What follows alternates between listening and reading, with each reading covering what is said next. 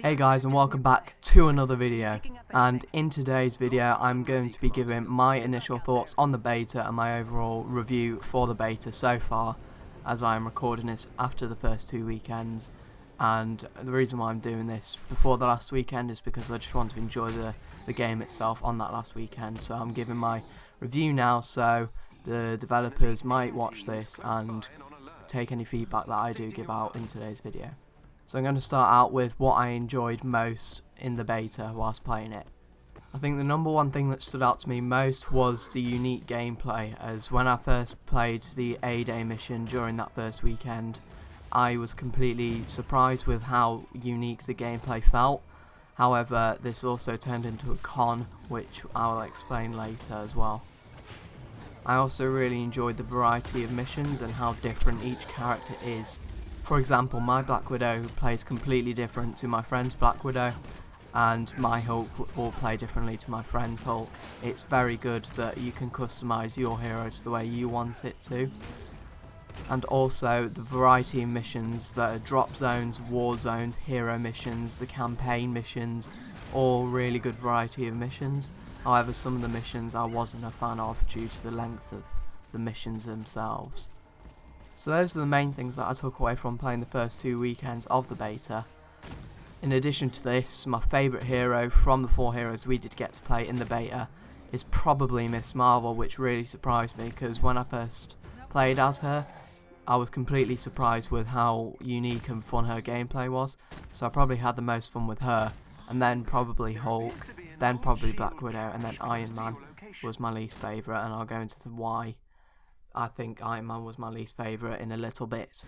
Also, my favourite mission out of all the missions I've played so far was probably the to tame a Titan mission, which ended with the Warbot boss battle, as I probably like that the most because we were playing for something to battle in the end, and most of the other missions didn't really have a objective that made me feel like I need to actually do this because it matters.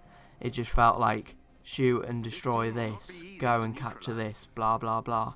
It just didn't feel like I was aiming to do something. But that's just my thoughts, and I'm sure some people will absolutely love the missions, but that's just how I feel after playing the beta so far. So the main thing I didn't like in the beta is definitely the frame rate drops. It was very bad in the first weekend, but it did seem like it improved in the second weekend. So it looks like the developers are constantly trying to improve that, which I am happy about. And another thing that I really didn't like is how repetitive the gameplay and missions got, in my opinion, which is deeply concerning considering this is planned to be a live service game and they plan to have players come back for years. So I don't know if I will be able to come back for years because I might get bored of the gameplay and the missions quite a lot, but that might be just because this is the beta and we'll have to wait and see until the launch itself. But that's what I personally thought of the beta and the missions and the variety of gameplay and stuff like that. So hopefully once the skill trees expand, the gear and levels are increased for the full game, hopefully it will be a different experience.